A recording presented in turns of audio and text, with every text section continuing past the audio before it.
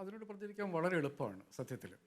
അദ്ദേഹം തന്നെ പറയുകയുണ്ടായി, അദ്ദേഹം ആ ബി ജെ പിയുടെ പ്രചരണം തുടങ്ങി വെച്ചിട്ടുണ്ട്. അതായത് കോൺഗ്രസ് പോകുന്നില്ല എന്നതിൻ്റെ അർത്ഥം അവർ ഹിന്ദു വിരുദ്ധരാണ്, ശ്രീരാമ വിരുദ്ധരാണ് എന്നുള്ള ബി ജെ പിയുടെ നെറേറ്റീവ് അദ്ദേഹം തുടങ്ങി വെച്ചിട്ടുണ്ട്.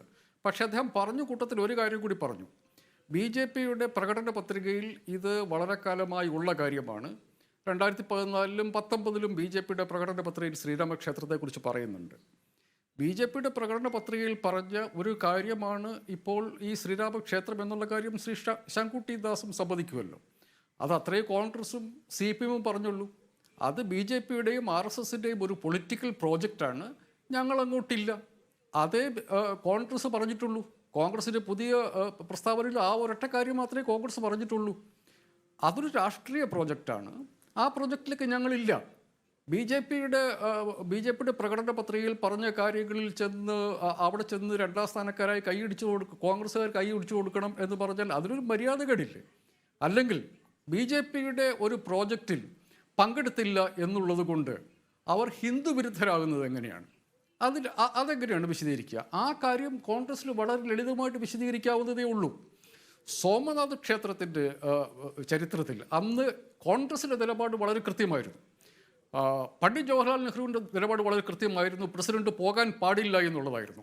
നമ്മൾ അന്നത്തെ കാലത്തെ ജവഹർലാൽ നെഹ്റു എന്ത് തരത്തിലുള്ള രാഷ്ട്രീയമാണ് കൊണ്ടു നടന്നത് എന്നുള്ളതിനെക്കുറിച്ചുള്ള തെളിവ് കൂടിയാണ് സോമനാഥ ക്ഷേത്രത്തിൻ്റെ ചരിത്രം. കോൺഗ്രസ്സിലെ വളരെ ദുർബലമായിരുന്ന പ്രോഗ്രസീവ് സൈഡിൻ്റെ ഭാഗത്തായിരുന്നു അപ്പോഴും ജവഹർലാൽ നെഹ്റുവിൻ്റെ സ്ഥാനം. അതിൽ അന്നും ഹിന്ദുത്വ ശക്തികൾക്ക് കോൺഗ്രസ്സിൽ ഒരു സ്റ്റേക്ക് ഉണ്ടായിരുന്നു.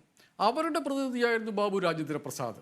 അതുകൊണ്ടാണ് അദ്ദേഹം പോകണമെന്ന് പറഞ്ഞപ്പോൾ പോകരുത് എന്നായിരുന്നു കോൺഗ്രസിൻ്റെ നിലപാട്, പണ്ഡിറ്റ് ജവഹർലാൽ നെഹ്റുവിൻ്റെ നിലപാട്. അന്ന് കോൺഗ്രസിൻ്റെ നിലപാട് വളരെ കൃത്യമാണ്. അതേ നിലപാട് കോൺഗ്രസ് ഇപ്പോഴും എടുത്താൽ മതി. ഈ ഹിന്ദുത്വ രാഷ്ട്രീയത്തിൻ്റെ ആൾക്കാരുടെ ഈ പരിപാടിക്ക് ഞങ്ങളില്ല എന്ന് പറയാൻ കോൺഗ്രസിന് അവകാശമില്ലേ? അതാണല്ലോ കോൺഗ്രസ് എടുത്തിരിക്കുന്നത്. അതുകൊണ്ട് തന്നെ ഇന്നിപ്പോ സി പി എമ്മിന്റെ സംസ്ഥാന സെക്രട്ടറിക്ക് പോലും കോൺഗ്രസിനെ അഭിനന്ദിക്കേണ്ടി വന്നു എന്നുള്ളതാണ്. പക്ഷേ ശ്രീ കെ ജെ ജേക്കബ്, ഇപ്പോ ശ്രീ ശങ്കുട്ടി ദാസ് പറഞ്ഞതോ അല്ലെങ്കിൽ ഇന്നലെ തന്നെ ബി ജെ പി വ്യക്തമാക്കിയതോ ആയിട്ടുള്ള നിലപാട് അല്പം മുമ്പ് താങ്കൾ വിശദീകരിച്ചു കഴിഞ്ഞു. അതായത് കോൺഗ്രസ് ഹിന്ദു വിരുദ്ധരാണ്. ഇനിയിപ്പോൾ നരേന്ദ്രമോദിയുടെ എല്ലാ തെരഞ്ഞെടുപ്പ് പ്രസംഗങ്ങളിലും ഇതിൻ്റെ വിവിധ വശങ്ങളായിട്ടുള്ള ആക്ഷേപ ശരങ്ങൾ ഉയർന്നു വരാൻ പോവുകയാണ്. നോക്കൂ, ഈ കേരളത്തിൽ പോലും ഈ രാമക്ഷേത്രത്തിന് ഇമ്പാക്റ്റ് ഉണ്ടാക്കാൻ സാധിക്കുമെന്നുള്ളത് താങ്കൾ കണ്ടല്ലോ. ഇന്നലെ NSS ആണെങ്കിൽ ഇന്ന് SNDP യോഗമാണ്. അതായത് ഇടതുപക്ഷത്തിൻ്റെ സഹയാത്രികൻ എന്ന് നമ്മൾ വിശ്വസിക്കുന്ന നവോത്ഥാനത്തിൻ്റെ വലിയ രീതിയിലുള്ള പിണറായിയുടെ സഹായി എന്ന് കരുതുന്ന വെള്ളാപ്പള്ളി നടേശനാണ് ഇന്ന് RSSൽ നിന്ന് അതിൻ്റെ അതുമായി ചേർന്ന് പോകുന്നതിനുള്ള സ്വീകരണം ഏറ്റുവാങ്ങിയിട്ടുള്ളത്. ഇന്നലെ NSS ആണത് പറഞ്ഞത് എന്നുള്ളതാണ്. അപ്പോൾ കേരളത്തിൽ ഈ RSSൻ്റെ കടന്നുവരവിനെ എതിർത്തുകൊണ്ടിരുന്ന SNDPയും NSSും ഇപ്പോൾ ഈ വിഷയത്തിൽ RSSനോടൊപ്പമാണ്. നികേഷ്, 2016 അസംബ്ലി തെരഞ്ഞെടുപ്പിന് മുമ്പിൽ കേരളത്തിൽ അന്നത്തെ SNDP യോഗം ജനറൽ സെക്രട്ടറി ആയിരുന്ന വെള്ളാപ്പള്ളി നടേശൻ ഒരു യാത്ര നടത്തി. ആ യാത്രയിൽ നമ്മൾ സാധാരണഗതിയിൽ SNDP യോഗത്തിൻ്റെ ഒരു ശാഖ ഏറ്റവും അവസാനത്തെ യൂണിറ്റിന് സെക്രട്ടറി പറയാത്ത വർഗീയത പറഞ്ഞാണ് കേരളത്തിൽ അങ്ങോളം ഇങ്ങോളം അദ്ദേഹം യാത്ര നടത്തിയത്. എന്തായിരുന്നു ഇമ്പാക്റ്റ്? 2016 എന്തായിരുന്നു ഇമ്പാക്റ്റ്? NSSൻ്റെ നിലപാട് എപ്പോഴാണ് കേരളത്തിലെ സെക്കുലർ രാഷ്ട്രീയത്തിനൊപ്പം ഉണ്ടായിരുന്നത്? അതുകൊണ്ട് SNDP യോഗത്തിന് ജനറൽ സെക്രട്ടറിയോ അല്ലെങ്കിൽ NSSൻ്റെ ജനറൽ സെക്രട്ടറിയോ അവർ വിശ്വാസികളാണെങ്കിൽ ആർക്കാണ് അതിൽ വേറെ അഭിപ്രായ വ്യത്യാസമുള്ളത്? ഇപ്പം ഈ അക്ഷതം എന്ന് പറയുന്ന അയോധ്യ ക്ഷേത്രവുമായി ബന്ധപ്പെട്ട സാധനം കേരളത്തിലുടനീളം കൊടുക്കുന്നതൊക്കെ RSSകാരല്ലേ?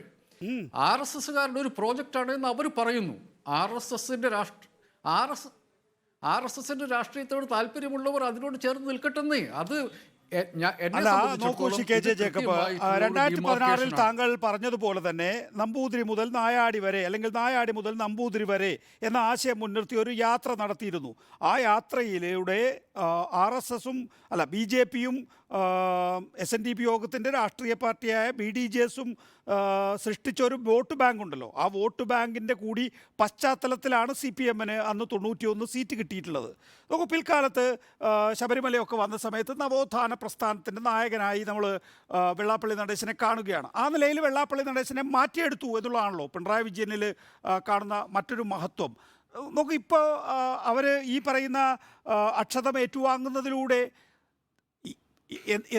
എന്താണ്, അതായത് കേരളത്തിലേക്ക് കൂടി ഈ ഒരു രാമക്ഷേത്രത്തിൻ്റെ ഒരു മൂവ്മെൻറ്റിനെ കൊണ്ടുവരാനുള്ള RSSന്റെ ശ്രമത്തിനൊപ്പം അവരെത്തി നിൽക്കുന്നു. ആവട്ടെന്ന് ഞാൻ പറയുന്നത് അത് തന്നെയാണ്. അത് വളരെ കൃത്യമായിട്ടാണ്. കോൺഗ്രസ് അതിലില്ല എന്ന് പറഞ്ഞിട്ടുണ്ട്. കോൺഗ്രസ് അതിലില്ല എന്ന് പറഞ്ഞു കഴിഞ്ഞപ്പോൾ ഇതൊരു RSS പ്രോജക്റ്റായിട്ട് മാറി. മനുഷ്യർ പറയട്ടെ, മനുഷ്യർ തീരുമാനം എടുക്കട്ടെ, അതാണ് എന്റെ അഭിപ്രായം. ഞങ്ങൾ ആർക്കൊപ്പമാണ് എന്നുള്ളത് മനുഷ്യർ തീരുമാനം എടുക്കട്ടത്. ആത്യന്തികമായി തെരഞ്ഞെടുപ്പ് പ്രോജക്റ്റ് എന്നുള്ളതാണുള്ള വിഷയം. തെരഞ്ഞെടുപ്പുമായി ബന്ധപ്പെട്ട് ഇങ്ങനൊരു കാര്യത്തിലേക്ക് RSSും BJPയും പോകുമ്പോൾ അതിനെ അംഗീകരിക്കാൻ ഈ തരത്തിൽ സാമുദായിക സംഘടനകൾ ഉണ്ടാകുമ്പോൾ അത് കോൺഗ്രസിന് ക്ഷീണമാകില്ലേ? കോൺഗ്രസിനെ അത് പ്രതികൂലമായി ബാധിക്കില്ലേ എന്നൊരു ചോദ്യം കൂടി ഉണ്ടല്ലോ. ഉണ്ട്, ആ പ്രശ്നമുണ്ട്.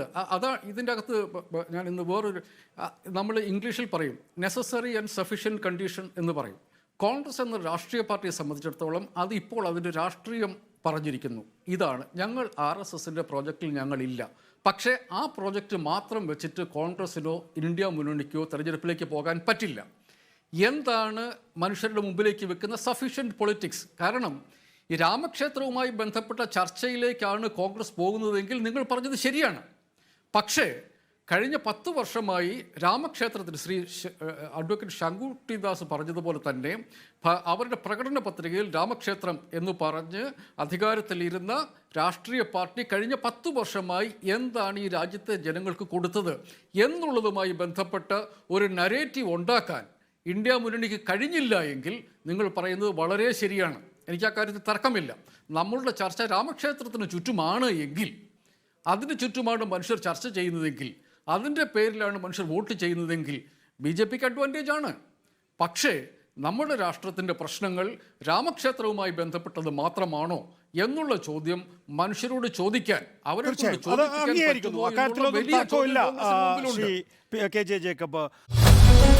You are watching Reporter Evening Show.